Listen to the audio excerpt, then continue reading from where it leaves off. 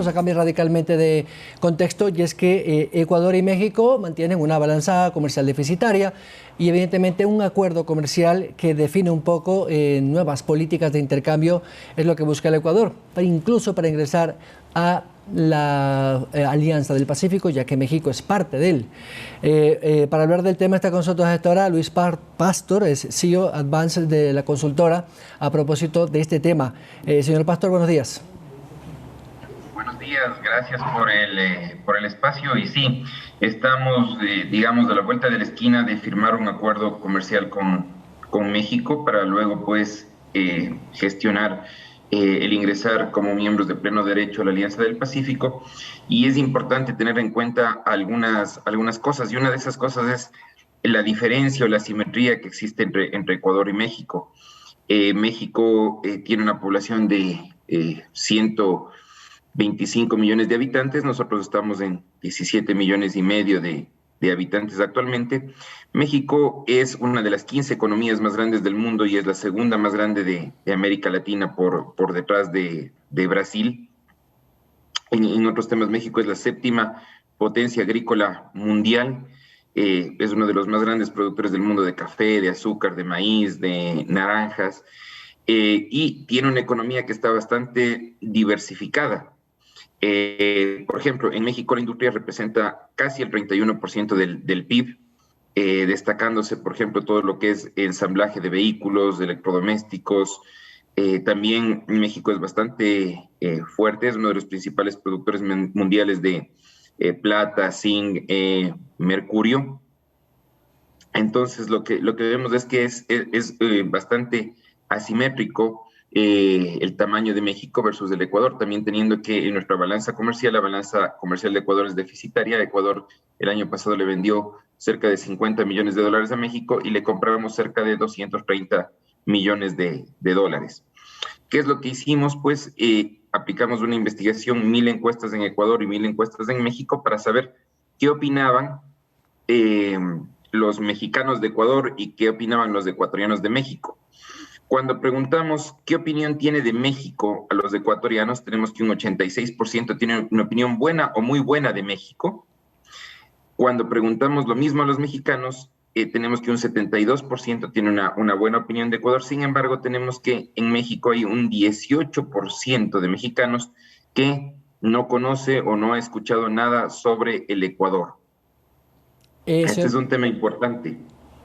Señor Pastor, permítame, hay tres nudos críticos, decía la otra vez que conversé con el ministro Prado, estos equipos de negociadores que están sentados en esa mesa de trabajo con los mexicanos. Y es que muchos de los productos que nosotros vendemos y exportamos lo tienen los mexicanos y ellos es ahí donde generan presión, porque evidentemente no les interesa.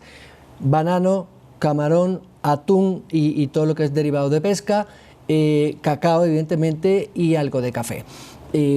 También otras, vamos, pero claro, los mexicanos son un monstruo, efectivamente, pues su capacidad de producción triplica la nuestra, entonces yo creo que ahí todavía no hay avances, a menos que usted conozca algo, porque para poder entrar a la Alianza del Pacífico necesitamos primero un acuerdo con México y más allá de lo que han dicho las autoridades, ya llevamos 6 meses y no se ha escuchado un avance. ¿Sabe usted algo?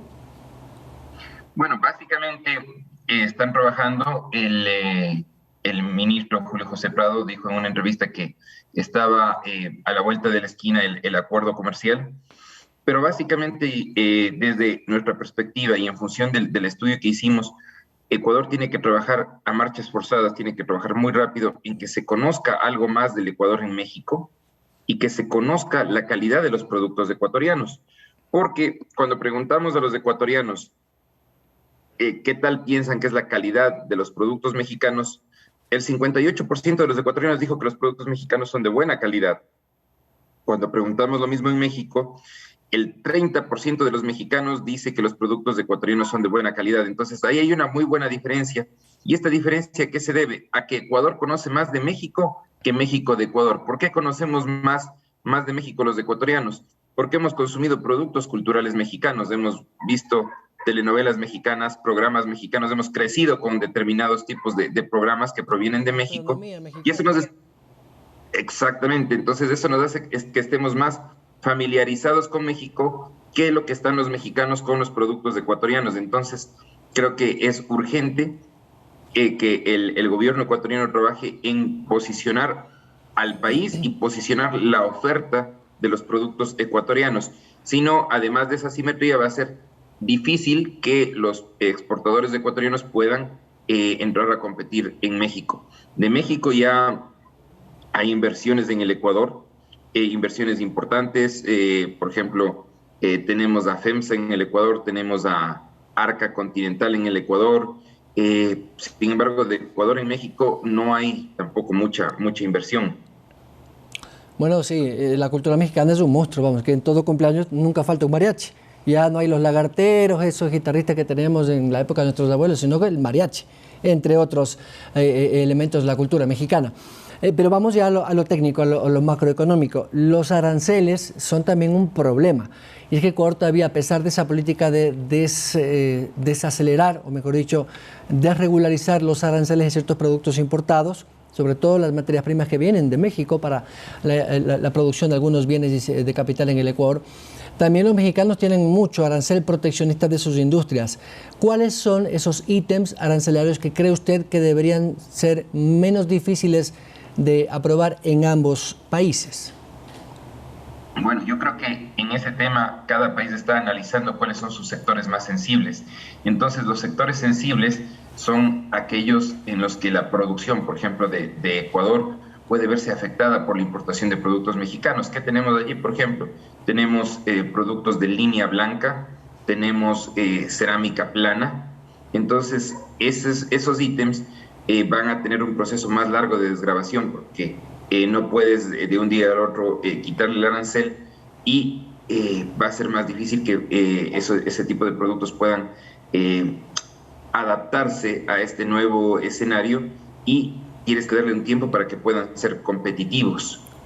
Un problema importante del Ecuador es la competitividad, pensando desde una perspectiva en que nuestro salario básico está en $405, mientras que en México está cercano a los $200. Entonces, ese también es un elemento que hay que considerar y que hay que cuidar. No estamos diciendo que el trabajador no deba tener un salario digno, pero estás, digamos, a punto de firmar un acuerdo con un país cuyo salario básico es la mitad del salario de los ecuatorianos. Claro, es que la capacidad de consumo de un mexicano promedio es mucho más alta que la nuestra. Pero México es un país caro en relación a nuestros costos. Ya hablando de agendas internas, y usted viene apunta a eso de la agenda de competitividad, el gobierno tiene pendiente ahí muchos temas y en la reforma tributaria nueva algo se intenta hacer para ayudar en el comercio exterior, por ejemplo, de no cobrar el IVA o disminuir el impuesto a la salida de divisas. ¿Eso también es parte de estos acuerdos que se están dialogando entre ambos países? Yo creo que más que parte de los acuerdos es ya una agenda interna que tiene el gobierno nacional tratando de eliminar determinado tipo de impuestos que lo que hacen es no atraer la inversión extranjera. Por ejemplo, el impuesto a la salida de divisas no atrae inversión extranjera y está tratando de corregir algunas distorsiones que se han producido en materia tributaria. Sin embargo, es un impuesto que te genera al año más de $1.000 millones, que por lo tanto no es que lo puedas retirar de la noche a la mañana, porque te agrandaría el hueco fiscal que en este momento tiene el Ecuador. Finalmente, ¿usted cree que a marzo del próximo año ya podríamos tener firmado el acuerdo con México para entrar ya de lleno a lo que sería la Alianza del Pacífico? Porque pasan los meses y me parece que no sé si al primer semestre del 2022 Ecuador ya sea parte de este gran bloque del Pacífico. Personalmente considero que para esta fecha ya tendríamos un acuerdo con México y se estaría ya trabajando en el ingreso con pleno derecho a la Alianza del Pacífico. Sin embargo, siempre, como decíamos, el gobierno ecuatoriano está analizando esos sectores sensibles que tenemos en el Ecuador, porque son sectores que podrían verse seriamente afectados con el ingreso de productos mexicanos. Entonces, eso hay que tomárselo con pinzas también, no es una carrera, no es que mientras más pronto nosotros estemos ya como miembros de la Alianza del Pacífico, va a representar una solución a todos los problemas económicos del Ecuador porque vamos a exportar más. Sí, podemos o tenemos más opciones de exportar, pero también los productos o determinados productos ecuatorianos pueden verse afectados. Entonces, hay que hacerlo, como dice el gobierno, pues más de Ecuador en el mundo y más del mundo en Ecuador, pero también protegiendo el empleo de los ecuatorianos. Don Luis Pastor, presidente de la consultora Advance, muchas gracias. Gracias a ustedes, un buen día. Gracias a los oyentes.